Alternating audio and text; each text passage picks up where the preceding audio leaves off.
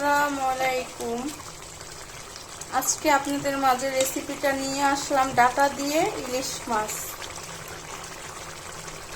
রসুন বাটা দিয়ে দিলাম, মরিচের গুঁড়ো, হলুদের গুঁড়ো, পরিমাপ মতন লবণ,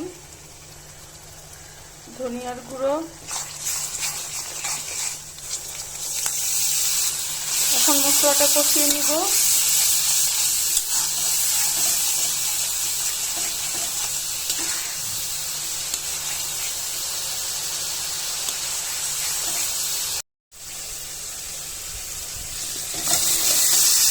ডাটাগুলো দিয়ে দিচ্ছি। এখন ডাটাটা ভালোভাবে কষিয়ে নিব।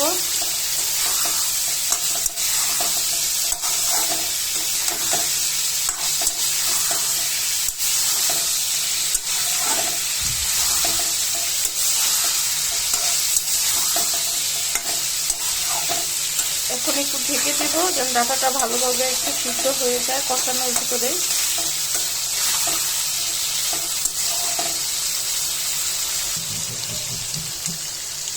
ডাটা কষানো হয়ে গেছে।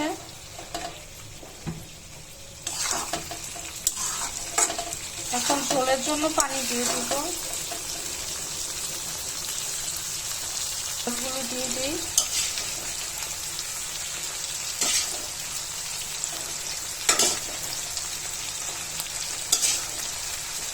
অনেকে ভাবতে পারেন ইলিশের সাথে চিংড়ি কেন, কারণ আমার ছেলে আবার ইলিশ খায় না, তার জন্য আবার চিংড়ি দিয়েছি।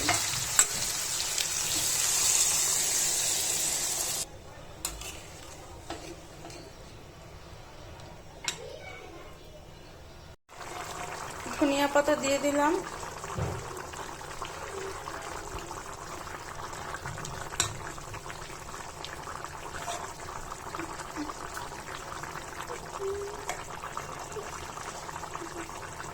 ডাটাটা আরেকটু সিদ্ধ হবে, পানির ঝোলটা আরেকটু কমবে।